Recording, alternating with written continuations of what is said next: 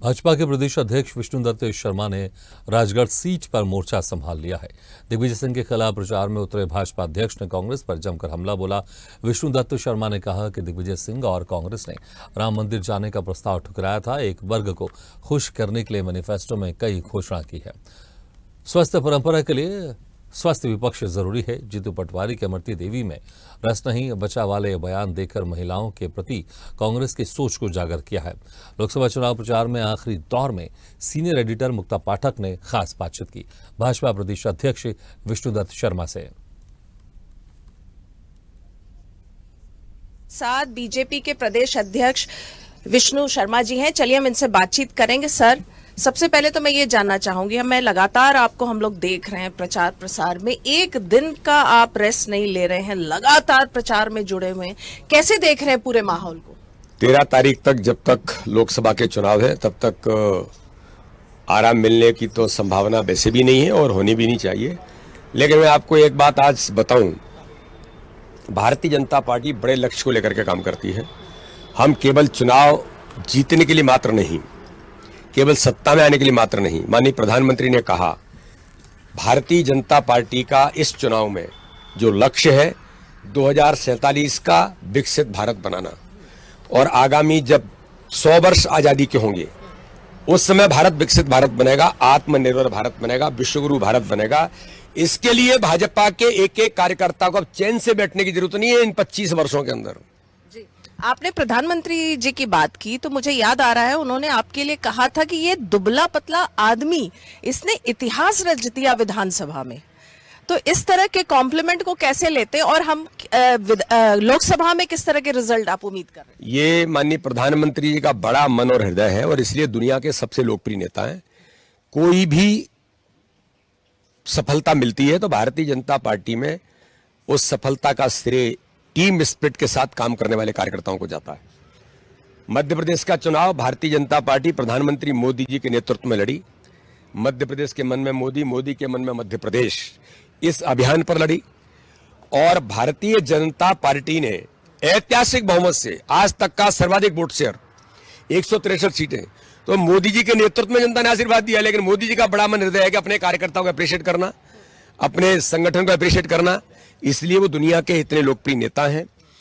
और जहां तक चुनाव का सवाल है, मध्य प्रदेश में इस बार 29 की 29 सीटें जीतेंगे। छिंदवाड़ा में भी कमल खिल रहा है। तो वोट प्रतिशत जो इतना कम है उसको लेकर चिंतित नहीं, चिंतित है, लेकिन इसके पीछे अगर आप कारण जानने का प्रयास करेंगी तो बहुत गंभीर है कि कांग्रेस का जो वर्कर है, कांग्रेस का जो कार्यकर्ता है, कांग्रेस के जो समर्थक हैं, वो इतने निराश हो गए हैं, इतने निराश हो गए हैं कि आज वो मतदान केंद्र तक वोट डालने नहीं जा रहे हैं।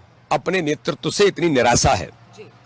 उन्हें लगता है मोदी जी प्रधानमंत्री बन रहे हैं, भाजपा की सरकार बन रही है, सांसद बीजेपी के बन रहे हैं, क्यों परेशान होना? तो ये जो निराशा का वातावरण है, ये कांग्रेस के कार्यकर्ताओं में अपने नेतृत्व के ऊपर निराशा है। मेरी लोकसभा में जो पिछली बार मेरे साथ कॉन्टेस्ट की थी, जो लोकसभा की प्रत्याशी हैं, खुद वोट डालने नहीं गई। इस लेवल के कांग्रेस के लोग तो 10 से 15% ऐसा जो प्रो समर्थक कांग्रेस वर्कर है, वो आज चुनावी मैदान में अपने आप को निराशा पा करके नहीं जा रहा। ये दुर्भाग्यजनक और इसके कारण से परसेंटेज थोड़ा डाउन हुआ है। सर बैठते, राजगढ़ को लेकर क्या कहेंगे सर आप? मैं लगातार देख रही हूं कि आप राजगढ़ पे फोकस कर रहे हैं। हमने देखा था मुख्यमंत्री डॉक्टर मोहन यादव छिंदवाड़ा में फोकस कर रहे थे, तो राजगढ़ को लेकर देखिए, हमारा फोकस 29 की 29 सीटों पर है और 29 की 29 सीटों में जीतना मात्र फोकस नहीं है, हम हर सीट को जीत रहे हैं। छिंदवाड़ा भी इस बार हम जीत रहे हैं। हमारा फोकस है कि ज्यादा से ज्यादा मत प्रतिशत बीजेपी को मिले, प्रत्येक बूथ पर हम चुनाव जीतें। माननीय प्रधानमंत्री जी से लेकर के अमित शाह जी, नड्डा जी से लेकर हमारा पूरा नेतृत्व इस काम में लगा है। इसलिए राजगढ़ में भी फोकस है और अन्य सीटों पर भी फोकस है, लेकिन राजगढ़ में फोकस ज्यादा है। और इसलिए एक ऐसा नेता जो देश के खिलाफ हमेशा खड़ा होता है, जो हिंदुत्व पर आक्रमण करता है, सनातन पर आक्रमण करता है, जो भारत के कल्चर पर आक्रमण करता है, आतंकवादियों का समर्थन करता है, देश के खिलाफ खड़े होते हैं। सर्जिकल स्ट्राइक, हमारी सेना के नौजवान सीने पर गोली खा जाते हैं, 1 सेकंड पीछे नहीं हटते। और वो जब सर्जिकल स्ट्राइक पाकिस्तान में घुस करके मारते हैं, अपने सैनिकों का जवाब देते हैं, पहली बार भारत के इतिहास में होता है। और दिग्विजय सिंह पूछते हैं कि इसका प्रूफ क्या है? ये अपमान है सेना का। मोहनचंद शर्मा की शहादत होती है बटाला एनकाउंटर में, वहां पर मोहनचंद शर्मा की शहादत को ये फर्जी एनकाउंटर कहते हैं और आतंकवादी के गले मिलते हैं, जिस आतंकवादी को सर्वोच्च न्यायालय ने फांसी की सजा दी। ऐसा व्यक्ति चुनाव लड़ रहा है जिसे 2003 में इस मध्य प्रदेश की जनता ने बंटा ढार के रूप में नकार दिया, जिन्होंने मध्य प्रदेश को दुरावस्था के दौर में लेकर के आए। तो जनता को बताना जरूरी है कौन है, इसलिए राजगढ़ को फोकस भी है और राजगढ़ हम प्रत्येक बूथ पर ऐतिहासिक बहुमत से जीतेंगे। दिग्विजय सिंह लगातार कह रहे हैं, इमोशनल अपील कर रहे हैं कि ये मेरा आखिरी चुनाव है। ये इमोशंस अब नहीं चल सकते। जनता ने आपको देखा है कि आपने राजगढ़ की जनता को, मध्य प्रदेश की जनता को किस प्रकार से प्रताड़ित किया था और करते थे, और भी बहुत चीजें हैं। उनकी भी इमोशनल अपील है।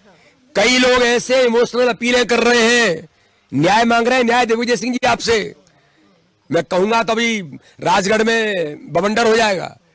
वो लोग भी न्याय मांग रहे हैं, हमें न्याय चाहिए। तो ये जो इमोशनल अपील नहीं चलेगी।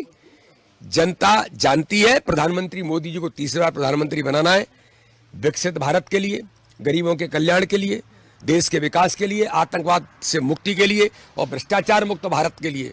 इसलिए राजगढ़ में भी ऐतिहासिक बहुमत से कमल खिलेगा। आपके इमोशंस सब नहीं चल सकते। ये बताइए सर मुझे, आप अध्यक्ष रहे, पहले मध्य प्रदेश के अध्यक्ष हैं जिनको कि लकी बुलाया गया और बार बार बुलाया गया, एक बार नहीं अनेक बार। जितने बार चुनाव हुए, जिस तरह से बीजेपी ने सीट्स जीते, जैसा परफॉर्मेंस रहा और जो आपने संगठन को संभाला है। सांसद का चुनाव दोबारा से लड़ रहे हैं, अब आप चले जाएंगे दिल्ली। लोग उम्मीद कर रहे हैं कि आप दिल्ली में मंत्री बनेंगे। आपने जो बार एक सेट कर दिया है अध्यक्ष पद का, जो अगला व्यक्ति आएगा तो उसको तो बहुत दिक्कतें आने वाली है। नहीं, ऐसा कभी नहीं होता है। भारतीय जनता पार्टी एक विशेष कार्य पद्धति पर काम करने वाला संगठन है। कार्यकर्ताओं का निर्माण ये भारतीय जनता पार्टी में प्रोसेस के तहत होता है। मैं भी जब आया तब लोगों को लगा क्या करेगा, लेकिन भाजपा में टीम स्पिरिट के साथ और अपने कार्यकर्ता को पीठ पर हाथ रख के लोग आगे बढ़ाते हैं। इसलिए कोई भी किसी भी जवाबदारी पर आता है, पहले तो हम लोग ये नहीं सोचते हमें क्या जवाबदारी मिलेगी। हमें जो काम मिलता है उस काम को हम आगे करने का प्रयास करते हैं, अच्छे से कर सकें प्रयास करते हैं। इसलिए मैं ऐसा मानता हूं कि भारतीय जनता पार्टी में कभी ऐसी दिक्कतें नहीं आती। एक टीम स्पिरिट के साथ अपने कार्यकर्ता को तैयार करने की प्रोसेस से भाजपा के कार्यकर्ता आगे बढ़ते हैं और सफलतम होते हैं। आपने ये भी जवाब नहीं दिया कि जब आपने इतना हाई स्टैंडर्ड सेट कर दिया है तो अगला जो व्यक्ति आएगा उसको तो थोड़ी बहुत दिक्कत। मैंने कहा ना कि लोग तैयार होते हैं उस पद के अनुरूप। कोई भी कार्यकर्ता परफेक्ट नहीं होता है, परफेक्ट बनाने का वो भी सीखता है और हमारा सिस्टम भी बनाता है। इसलिए उस पद के अनुरूप मैं आज प्रदेश का अध्यक्ष हूं। आपको लगता है कि ऐसा हो गया, लेकिन मैं आज ये मानता हूं कि मुझे प्रदेश अध्यक्ष के पद के अनुरूप अभी और जरूरत है, उसके अनुरूप अपने आप को बनाने की।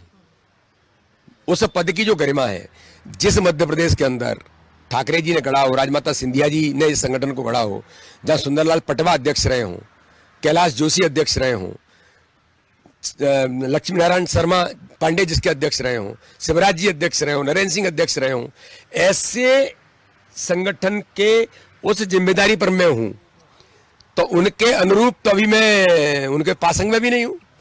तो मैं तो ये मानता हूं अभी तो मुझे भी बहुत कुछ सीखने की जरूरत है। तो इसलिए भाजपा में एक पद्धति है, उसके अनुसार कार्यकर्ता तैयार होते हैं। आपके अगर ऑपोजिट में हम देखें तो जीतू पटवारी जी हैं, लगातार कंट्रोवर्शियल स्टेटमेंट देते हैं। जो लोगों का आरोप है कि अहंकारी माने जाते हैं, एटीट्यूड का प्रॉब्लम है, आप कैसे देखते हैं? इससे बड़ा अहंकार क्या होगा? एक बहन के लिए, दलित बहन इमरती देवी दलित बहन है, उसके लिए जिन शब्दों का उपयोग किया ये इस समाज के लिए कलंक है और जीतू पटवारी इसका जवाब देना पड़ेगा। मातृशक्ति के लिए भाषा का उपयोग करना और दलित बहन के लिए उपयोग करना, कहां है राहुल गांधी, प्रियंका गांधी? प्रियंका गांधी जवाब दें कि दलित बहन के लिए किन शब्दों का उपयोग किया है। मैं उन शब्दों का आपके सामने बोल नहीं सकता। ऐसे शब्दों का उपयोग करना कांग्रेस के अध्यक्ष के द्वारा, ये मध्य प्रदेश की जनता तो जवाब देगी, मातृशक्ति भी ऐसा जवाब देगी। जीतू पटवारी का भूल जाएंगे ऐसे शब्दों को निकालना। राहुल गांधी ने प्रधानमंत्री को तुम करके कहा था, उस पर आप क्या कहेंगे? मानसिक विक्षिप्त हो गए हैं, दिवालिया घोषित हो जाना चाहिए इनको। ये इस प्रकार की भाषा हार की खीज से जनता ने नकारा है, तो अनर्गल अनाप शनाप इस प्रकार की भाषा कांग्रेस के नेतृत्व बोल रहे हैं, जो दुर्भाग्यजनक है।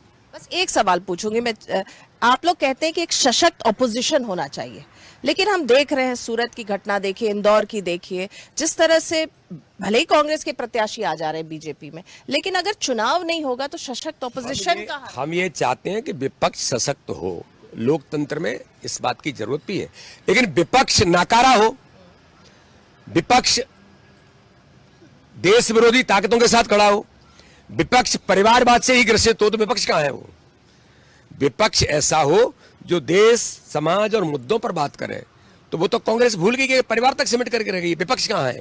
एक गांधी परिवार है, और वो भी गांधी के नाम का दुरुपयोग करके बना है। तो इसलिए राहुल गांधी हो, प्रियंका गांधी हो, या कोई भी हो, अब कोई विपक्ष नहीं है, ये एक परिवार के मिले जुले लोग हैं जो परिवार की लड़ाई लड़ रहे हैं। आपको नहीं लगता कि इतने लोग आ रहे हैं आपके बीजेपी में, तो इससे कुछ ना कुछ थोड़ी बहुत सिंपैथी कांग्रेस को भी चली जाएगी? देखिए, बीजेपी में वो लोग आ रहे हैं जो कांग्रेस के नेतृत्व से निराश हो रहे हैं, वो बीजेपी में आ रहे हैं। वहां भी कुछ अच्छे लोग हैं, आएंगे भी, और जिस प्रकार के समाज के ऐसे लोग जिन्हें कांग्रेस से, राजनीति से कोई लेना देना नहीं, किसी दल से भी नहीं है, वो लोग भी भाजपा में आ रहे हैं। उनको लगता है कि मोदी जी के नेतृत्व में देश आगे बढ़ रहा है, मोदी जी को ताकत देनी चाहिए, तो सामाजिक लोग, खिलाड़ी, आर्टिस्ट, कई प्रकार के लोग आ रहे हैं, तो ये भी एक ताकत है। तो इसलिए मैं ऐसा मानता हूं कि अच्छे लोगों का, अगर उन्हें लगता है कि वहां से निराशा है और भाजपा में आना चाहते हैं, तो उनका स्वागत है। आपने स्वदेश न्यूज को समय दिया, आपका बहुत बहुत धन्यवाद। Thank you. तो ये थे प्रदेश अध्यक्ष वीडी शर्मा जी, जिनका कहना है कि भाजपा सशक्त है, टीम स्पिरिट के साथ काम करती है, और लोकसभा चुनाव के नतीजे मध्य प्रदेश में बीजेपी के फेवर में आएंगे। स्वदेश न्यूज के लिए कैमरामैन शैलेंद्र के साथ मुक्ता पाठक।